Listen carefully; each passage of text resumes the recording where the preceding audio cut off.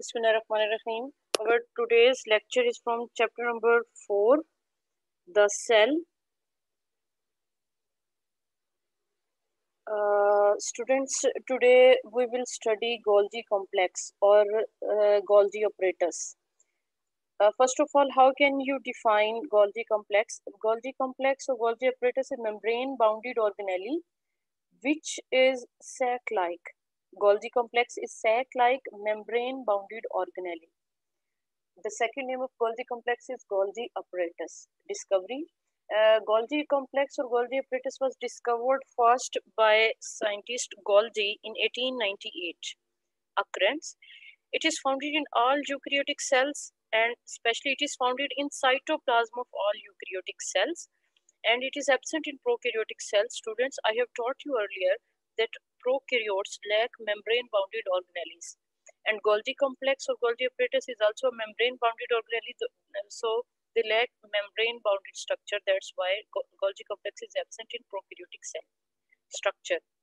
There are three main important components of Golgi complex: cisternae, vesicles, and tubules. Now we will study one by one. Golgi apparatus. Golgi apparatus was discovered by Golgi in 1898. This apparatus, which was found virtually in all eukaryotic cells, consists of stacks of flattened membrane-bounded sacs called cisternae. So this is the definition of cisternae. Cisternae are basically membrane-bounded flattened stacks of flattened stacks. So ये stacks हैं, ये membrane-bounded stacks हैं जो तह दर तह पड़ी हुई हैं. जैसे ये एक पूरी ये स्टैक जा रही है, ये सारी स्टैक जा रही है, एक ये स्टैक है, ठीक है. इसी तरीके से ये है. तो ये जो स्टैक्स हैं, इन स्टैक्स को हम बोलते हैं सिस्टर्नी. तो ये सारी की सारी जो है ये सिस्टर्नी कहलाती हैं. Golgi apparatus is a complex system of interconnected tubules. ये इंटरकनेक्टेड, दूसरे स्ट्रक्चर मैंने इसको बताया था कि ट्यूब्यूल्स हो सकती हैं इसमें. Interconnected tubules around the central stacks. ये जो सेंट्रल स्टैक्स होती हैं दरमियान में, ये सारी ये स्टैक्स हैं दरमियान में, जो ये आपको इतना सा एरिया नजर आ रहा है, इनके इर्द गिर्द, सेंट्रल स्टैक्स के इर्द गिर्द ट्यूब्यूल्स मौजूद हो सकते हैं, जैसे ये. तो सेंट्रल स्टैक्स जो इंटरकनेक्टेड होती हैं, तो बाज़-औक़ात वो इनका इंटरकनेक्शन होता है थ्रू सम ट्यूब्यूल. जैसे यहाँ पर ये ट्यूब्यूल है, ठीक है. तो ये सेंट्रल स्टैक्स और उनके साथ कनेक्टिंग ट्यूब्यूल्स. सो दो चीजों को हमने डिफाइन कर लिया, दो कंपोनेंट्स को. Around the center stack, cisternae stacks are continuously formed by fusion of vesicles. And vesicles क्या है? Vesicle are basically cisternae forming small structures.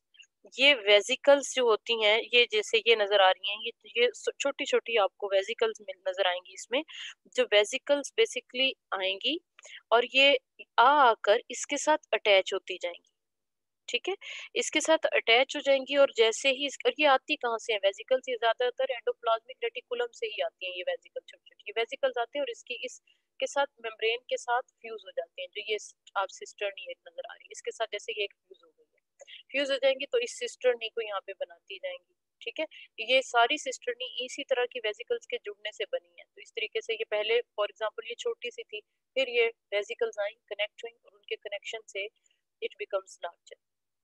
सो जिस साइड से वेजिकल्स आती हैं और उसको बनाती हैं, उस फेज को, इस साइड को हम गोल्जी की इस साइड को हम बोलते हैं सिज फेज. इसको बोलते हैं फॉर्मिंग साइड या फॉर्मिंग फेस. ये फॉर्मिंग फेस है, ठीक है. ये न्यूक्लियस की तरफ होता है और ये कन्वेक्स इन शेप होता है. कन्वेक्स बोलते हैं इस तरह की किसी शेप को, ठीक है स्टूडेंट्स. तो ये जो है फॉर्मिंग फेस है. तो फॉर्मिंग फेस क्या है? यहाँ पर मौजूद है. तो ये इस तरह, इसको सिस फेज भी बोलते हैं. Cisternae stacks are continuously formed by fusion of vesicles which are probably derived by budding of smooth endoplasmic reticulum. Budding बोलते हैं कि वहां से कुछ ये वेजिकल मटेरियल जो होता है वो वहां से निकल आना, वहां से उसकी मेम्ब्रेन से सेपरेट होकर निकल आना एक मेम्ब्रेन का. तो ये बडिंग इसको बोलते हैं. Their outer convex surface is formific. ये convex है इस तरीके से, ये आपको ऐसे ऊपर की तरफ यूं उभरी हुई ये नजर आ रही है, ठीक है. तो ये कन्वेक्स सरफेस जो है फॉर्मिंग फेस है, इसको सिस फेस बोलते हैं. while the inner concave surface, inner concave ये वाली, ये इधर वाली साइड, ये एक साइड, ये वाली जो है, ये वाला एंड तो इसका सिस फेस है जो कन्वेक्स है, ये कनकेव है, ये गहराई में है, ये वाली साइड, ये जो गहराई में है ये जगह इस तरीके से जो ये नजर आ रही है इसको हम ट्रांस फेस बोलते हैं। ये जो फेस होती है ये बेसिकली ये उसके अपोजिट होती है फॉर्मिंग फेस। मेच्योरिंग फेस, इसका दूसरा नाम मैच्योरिंग फेस होता है ट्रांस फेस का। सिस फेस को फॉर्मिंग फेस बोलते हैं क्योंकि इस तरफ नई नई वेजिकल्स अटैच होती हैं, गोल्जी कॉम्प्लेक्स बनता रहता है, नई से नई स्टैक्स बनती जाएंगी सिस्टर्नी की। और ये मैच्योरिंग फेस है, इस साइड पे वो जो स्टैक्स बनेंगे अपना पूरा काम जो फंक्शन होंगे वो परफॉर्म करेंगे, ये वाली मैच्योरिंग फेस है। The cisternae breaks up into vesicles from the latter, cisternae latter इससे ट्रांस फेस से, मैच्योरिंग फेस से सिस्टर्नी जो होती है, इसकी जो सिस्टर्नी है यहाँ से ब्रेक ऑफ होती है, इसको भी बडिंग बोलते हैं। बडिंग कैसे होती है, किस तरीके से वेजिकल का यूं यहाँ से कुछ मटेरियल इसके अंदर आया है, ये वेजिकल यहाँ से सेपरेट होगी और मेम्ब्रेन फिर से आपस में पिछले मेम्ब्रेन का यहाँ वाला स्ट्रक्चर फ्यूज हो जाएगा और ये वेजिकल अलग हो जाएगी, ये होती है बडिंग होना। ठीक है, तो ये रफ एंडोप्लाज्मिक रेटिकुलम से भी इसी तरीके से बडिंग होकर ये बनी हुई होती है जो वेजिकल्स आई होती हैं। जब इसमें आ जाते हैं मटेरियल तो ये मैच्योरिंग फेज है। मैच्योरिंग फेज की जो सिस्टर्नी है इसमें से जितने भी जो इसने काम करने हैं उस कामों के लिए यहाँ से कुछ वेजिकल जो होंगी वो सेपरेट हो जाएंगी, ब्रेक ऑफ हो जाएंगी इसी ट्रांस फेज या मैच्योरेशन या मैच्योरिंग फेज से।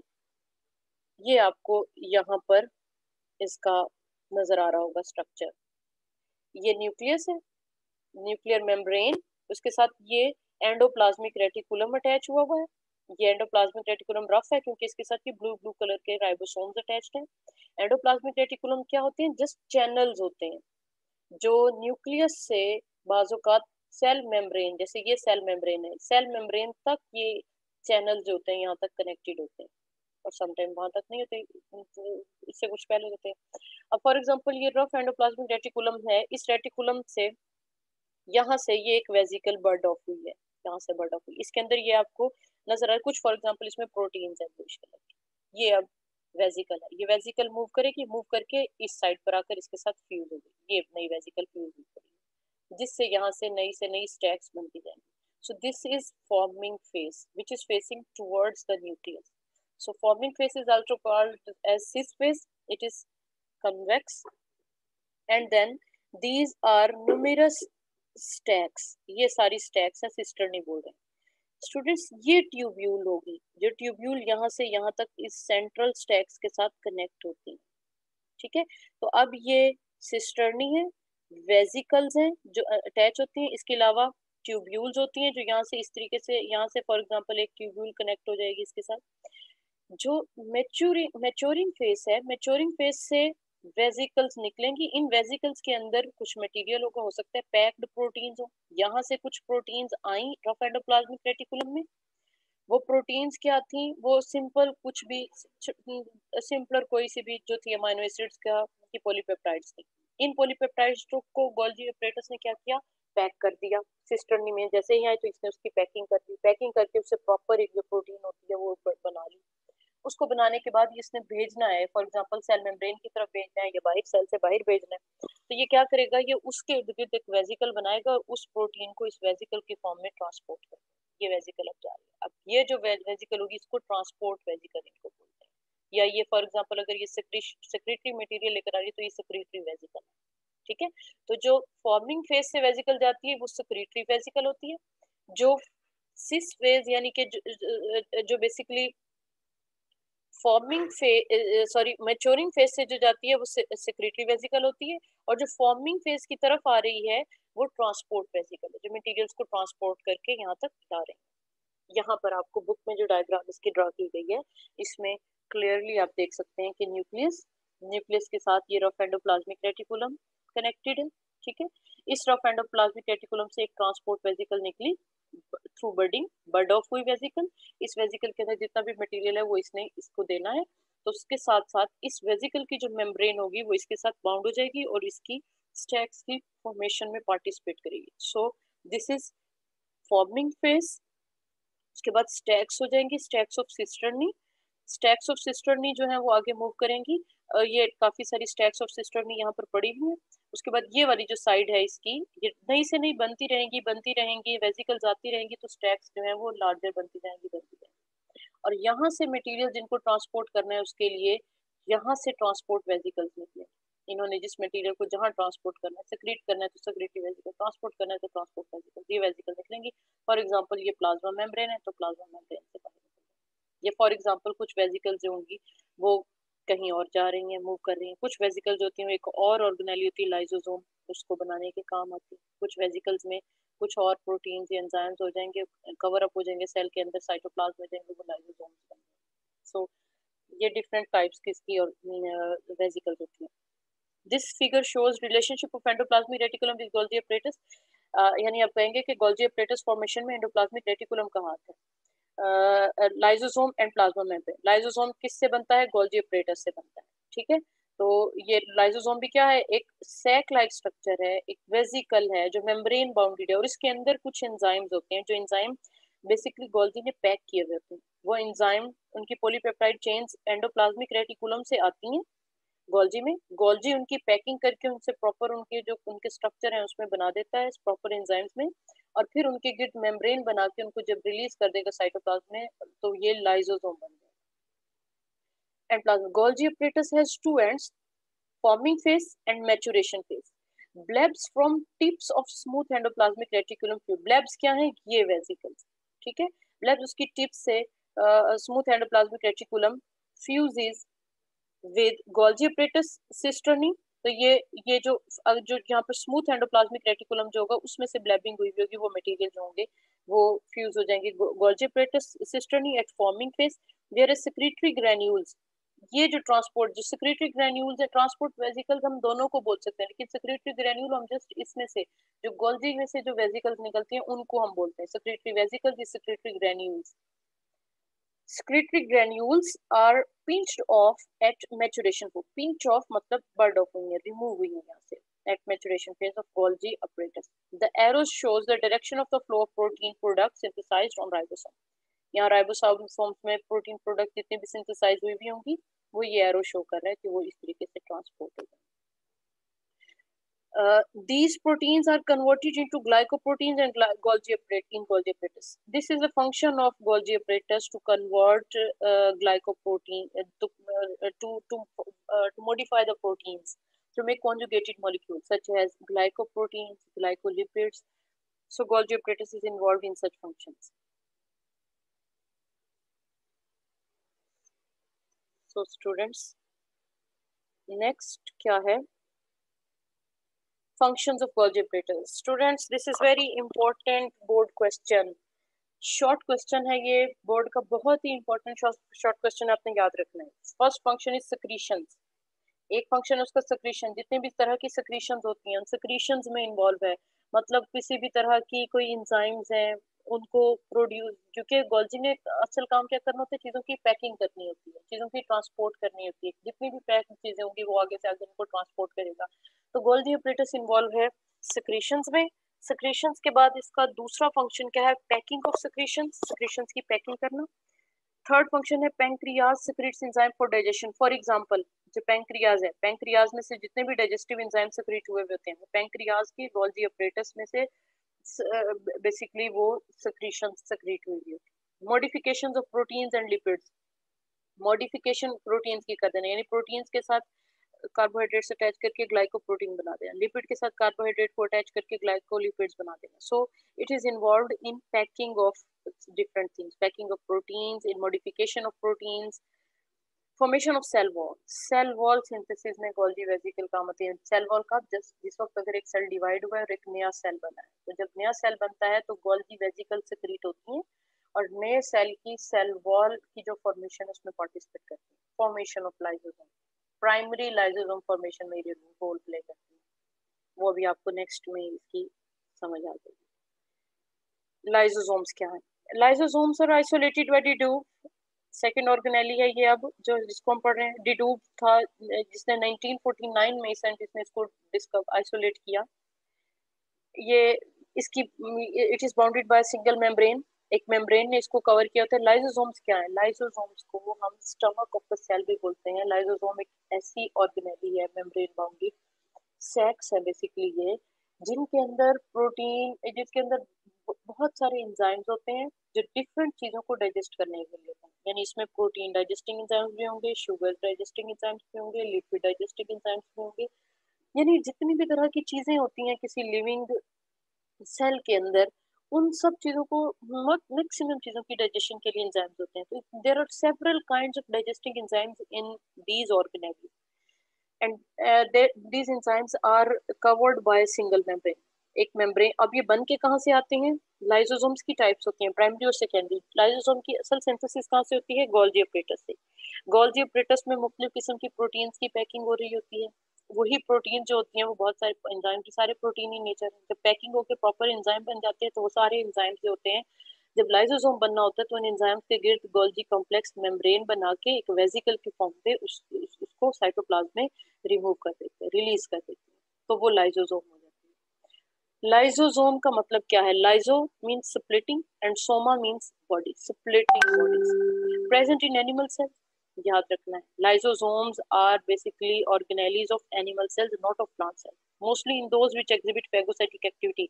और सबसे ज्यादा जिन एनिमल सेल्स में जो सेल्स ज्यादा फेगोसाइटिक एक्टिविटी करने वाले होते हैं उनमें ये लाइसोसोम ज्यादा होते हैं। जैसे आपके व्हाइट ब्लड सेल्स हैं, व्हाइट ब्लड में से जो फेगोसाइट्स हैं उनके अंदर ये लाइसोसोम की तादाद ज्यादा होगी। Phagocytosis is eating process of the cell and phagocytosis is basically cellular eating। इसमें क्या किया जाता है कि इसमें कोई भी सेल किसी भी चीज को इनगल्फ कर लेता है, किसी भी चीज को निगल लेना और निगल के फिर उसको उसके रेलिवेंट कंपोनेंट्स में डिवाइड कर देना। जैसे कोई बैक्टीरिया आया है, कोई बाहर से और पार्टिकल आया है बड़े साइज का, उस पार्टिकल को अगर कोई सेल जस्ट इनगल्फ कर लेगा, निगल लेगा, निगल के फिर उसको मुख्तलिफ एंजाइम से उसकी ब्रेक डाउन कर लेगा, तो इसको फेगोसाइटोसिस बोलते हैं। Lysosomes contains numerous hydrolytic enzyme, बहुत सारे इनमें हाइड्रोलिटिक एंजाइम्स होते हैं। Membrane prevent leakage of these enzymes, membrane की इंपॉर्टेंस ये है कि ये एंजाइम्स फिर बाहर ना निकलें ताकि ऐसे सेल में साइटोप्लाज्म में जाकर चीजों की डाइजेशन ना करना शुरू कर दें, वरना लाइसोसोम तो अपने स्पेसिफिक तरीके से ही काम करेगा into the cytoplasm. Bud off from trans phase of the Golgi body, Golgi body की मैच्योरेशन फेज यानी ट्रांस फेज से ये ये बर्डिंग से बर्ड ऑफ होके ये वेसिकल जो होती हैं, ये सैक्स जो है, ये लाइसोसोम जो है, ये वहां से रिलीज होती है। So their synthesis is from Golgi complex.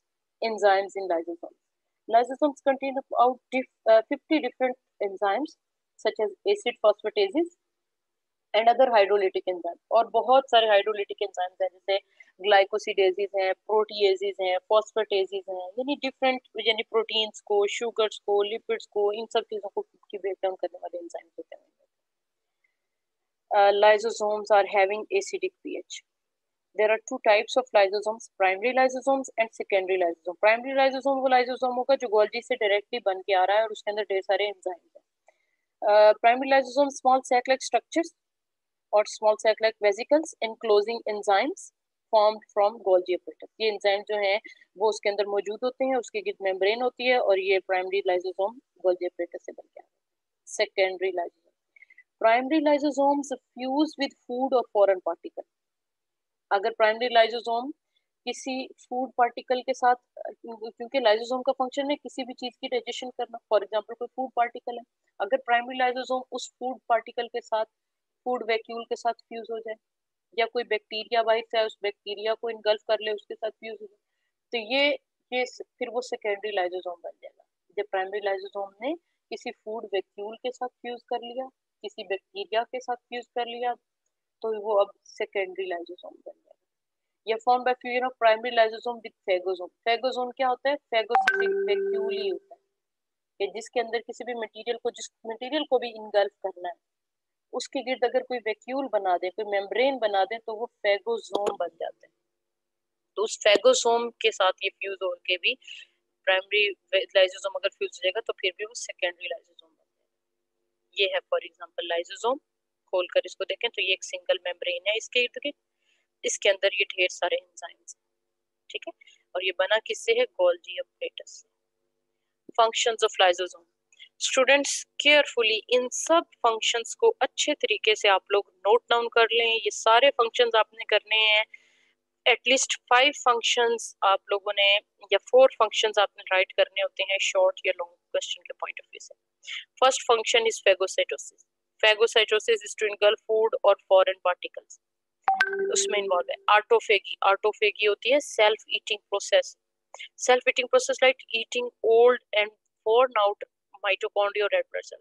For example, अगर इंटरनल सेल की कोई भी ऑर्गेनेली जो है वो कोई पुरानी हो चुकी हुई है, worn आउट है यानी टूट फूट चुकी हुई है, ठीक है, ये ओल्ड रेड ब्लड सेल है, अब उनका कोई फंक्शन नहीं है, तो ये क्या करेगा, ये अपनी ही इस तरह की ऑर्गेनेली और इस तरह के सेलुलर कंपोनेंट्स को ये उसकी ब्रेक डाउन करके उनमें से चीजों को रिसाइकिल करने के काम, तो इसको ऑटोफेगी बोलते हैं। ऑटोफेगी मतलब सेल्फ एटिंग, कि अपनी ही इंटरनल जो पुराने पार्ट्स हो चुके होते हैं उन, उनको इनगल्फ करना। Extra cellular digestion, so digestion outside the cell is extra cellular digestion, यानी सेल से बाहर अगर कहीं पर भी डाइजेशन हो रही है, फॉर एग्जांपल आपके स्टमक में डाइजेशन होती है, आपके इंटेस्टाइन में डाइजेशन हो रही है, ठीक है, तो सेल्स तो वो होते हैं जो स्टमक को बना रहे हैं, लेकिन वो सेल्स से बाहर डाइजेशन हो रही है। अब सेल से बाहर अगर कहीं पर भी डाइजेशन हो रही है तो लाइसोसोम क्या रोल प्ले करता है, lysosome releases enzymes for extra cellular digestion and degeneration of the cell, ठीक है। इंट्रासेलुलर डाइजेशन, इंट्रासेलुलर मतलब सेल के अंदर ही, सेल के अंदर ये खुद इन्वॉल्व है। लाइसोसोम बॉडी जो होती है इसके अंदर एंजाइम्स होते हैं, जो भी सेल के अंदर कोई मटेरियल आएगा उसको विद इन द सेल इसने डाइजेस्ट करना है with the help of their enzymes. Last function is developmental process. This is very important process. Apoptosis, apoptosis is basically programmed cell death, ठीक है। In developmental processes lysosomes cause degeneration like degeneration of tail. Development के दौरान बहुत सारे ऐसे organisms, बहुत सारे basically embryonic stage पर ऑर्गेनिजम्स के स्ट्रक्चर्स ऐसे होते हैं कि जो उनकी अडल्ट जब बन जाते हैं तो उस वक्त नहीं होते हैं। जैसे ह्यूमन एम्ब्रियो की टेल है, ह्यूमन एम्ब्रियो में टेल होती है, अब टेल की डिजनरेशन, अगर वो टेल डिजनरेट ना हो टेल के सेल, तो क्या हो कि जब और ह्यूमन जब पैदा हो जाएं, जब चाइल्ड हो तो तब भी उनकी दुम हो, तो उस वक्त क्या किया जाता है, उस टेल को डिजनरेट किया जाता है, तो वो भी क्या करते हैं, ये लाइसोसोम इन्वॉल्व होते हैं उसमें। या for example tail of the tadpole become adult frog, जो टेडपोल होता है ये फ्रॉग का बेसिकली लार्वल स्टेज होती है, इस टेडपोल की लंबी सारी उसकी टेल होती है, ये डिजनरेट हो जाती है और फिर वो अडल्ट फ्रॉग में कन्वर्ट हो जाता है। तो डेवलपमेंटल प्रोसेसेस में भी इसके बहुत सारे यूजफुल इम्पैक्ट्स हैं। सो ये फंक्शंस आपने तैयार कर लेने, उसके बाद यहाँ से मैं इसको रीड आउट कर रही हूँ। Lysosomes are cytoplasmic organelles and are different from others due to their morphology. These were isolated as a separate components for the first time by Didot in 1949. Lyso means splitting, soma means body, are found in most eukaryotic cells. Any foreign object that gains entry into the cell is immediately engulfed by the lysosome and is completely broken into simple digestible pieces. कोई भी आएगा तो simple digestible pieces में convert होगा. This process is known as phagocytosis. तो ये पहला function phagocytosis, eating process of a cell. यहाँ पर उसकी heading देते हैं. यहाँ पर डिस्कवरी और डेफिनेशन थे, उसके बाद ये फंक्शन शुरू हो रहे हैं। ये फेगोसाइटोसिस है। They are most abundant in those animal cells which exhibit phagocytic activities. They are bounded by single membrane and are simple sacs riched in acid phosphatases and several other hydrolytic enzymes. These enzymes are synthesized on endoplasmic reticulum. Students ये सारी बातें वही है जिनके मैंने बहुत सारे points बनाकर आपको स्लाइड्स में बता दी हैं। आपने वही वाले पॉइंट्स स्लाइड्स में से पढ़ के इनके ऊपर हेडिंग्स राइट कर लेंगे। यहाँ तक ये सारे फंक्शन हैं, इनमें फंक्शंस और बाकी सारी चीजें जो है वो मिक्स दी हुई हैं, आपने स्लाइड्स में से देख लेनी है और उसकी हेडिंग्स अपने इस पूरे लाइसोसोम वाले पैराग्राफ के ऊपर दे देनी है। Main thing is to understand this diagram, ये लाइसोसोम का फंक्शन बताया हुआ है। फॉर एग्जांपल कोई फूड पार्टिकल आया, ये एक सेल है, सेल की मेम्ब्रेन है, ये कोई फूड है, जैसे ही फूड आपके अंदर आएगी उस फूड के गिर्द आपने एक फूड वैक्यूल बना लिया, उसके गिर्द मेम्ब्रेन बना लिया, अब ये फूड वैक्यूल है, ठीक है।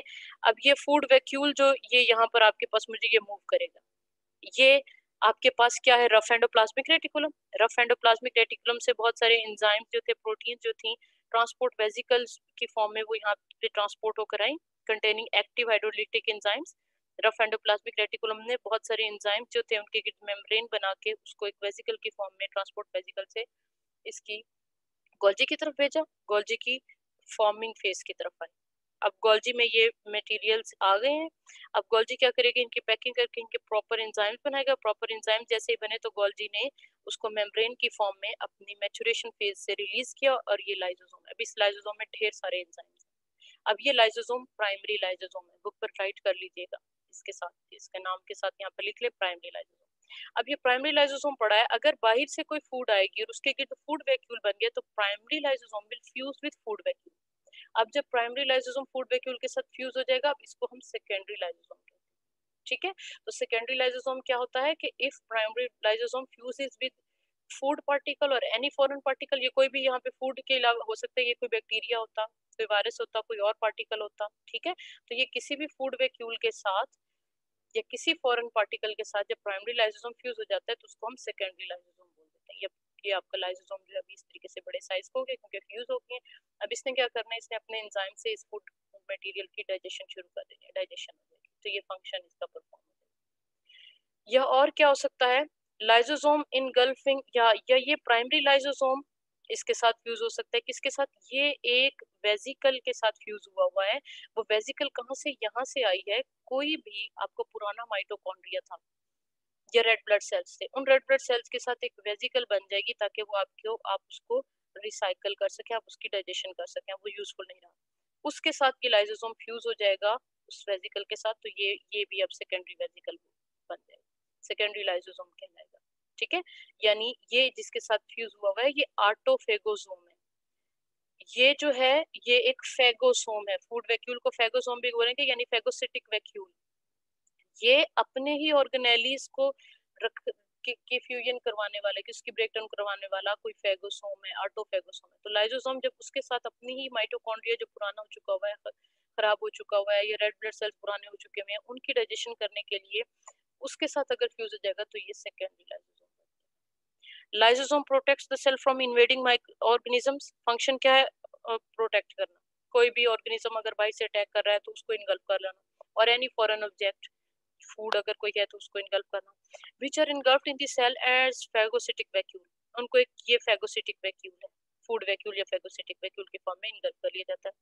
These fuse with primary lysosome to form digestive vacuole, ये प्राइमरी लाइसोसोम के साथ फ्यूज होकर इसको डाइजेस्टिव वैक्यूल बोलेंगे, और ये डाइजेस्टिव वैक्यूल क्या है, सेकेंडरी लाइसोसोम, ठीक है।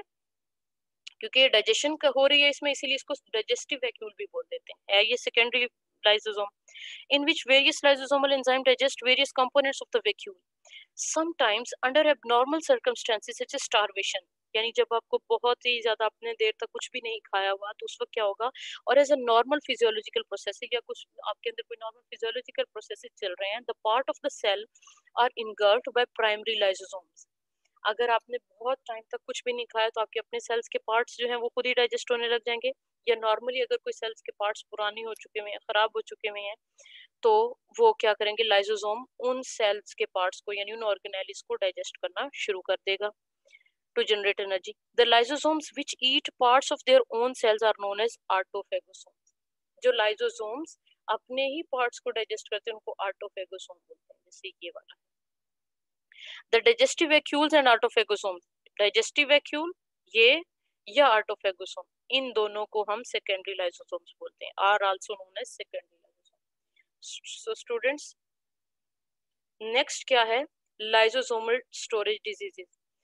स्टूडेंट्स, अगर लाइसोसोम के अंदर जितने भी एंजाइम्स हैं, अगर उनमें से कुछ एंजाइम्स कोई ऐसी एबनॉर्मेलिटी हो कि जिससे लाइसोसोमल एंजाइम्स ना बन रहे हों, लाइसोसोम्स में एंजाइम्स ना हो, तो उससे रेलेवेंट डिजीजेस हो जाती हैं।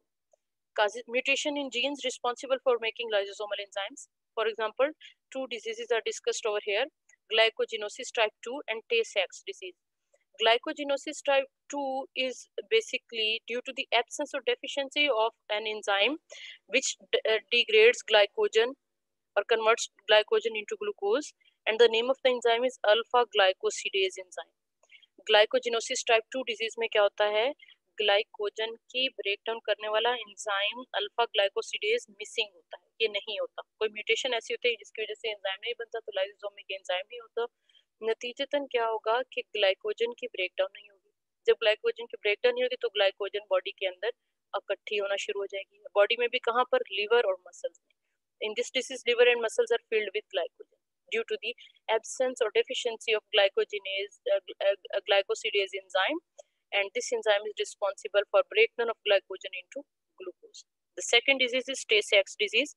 इस डिजीज में क्या होता है, एंजाइम मिसिंग होता है जो लिपिड की कैटाबॉलिज्म में इन्वॉल्व होता है, लिपिड के ब्रेकडाउन में। वो एंजाइम है बीटा एन हेक्सोज अमाइनिडेज, ये एंजाइम इसमें नहीं होता, जिसकी वजह से क्या होता है, failure of catabolism of lipid, lipid की कैटाबॉलिज्म नहीं होता, लिपिड अक्यूमुलेट हो जाता है। और लिपिड कहाँ पर एक्यूमुलेट होते हैं, ये lipids accumulation in brain, that ये स्पेसिफिक जो ब्रेन के जो लिपिड्स होते हैं ना कि उनकी ब्रेकडाउन कर, तो ब्रेन में लिपिड्स की एक्यूमुलेशन हो जाती है, that will lead to mental retardation and even death. So students, इसी तरह की 20 डिजीजेज मोर हैं जो लाइसोसोमल स्टोरेज डिजीजेज हैं। इनको लाइसोसोमल स्टोरेज डिजीजेज इसलिए बोलते हैं क्योंकि लाइसोसोमल एंजाइम्स की मिसिंग होने की वजह से बॉडी के अंदर कुछ मटेरियल स्टोर हो जाते हैं, जिन मटेरियल्स की लाइसोसोम ने डाइजेशन करनी होती है। अगर वो वाले एंजाइम लाइसोसोम के पास नहीं होते तो उन मटेरियल की डाइजेशन नहीं होती और वो मटेरियल बॉडी के अंदर स्टोर हो जाएंगे, इसीलिए इनको बोलते हैं lysosomal storage diseases. So students, it's all about today's lecture. Hope so you understand it. Student, prepare it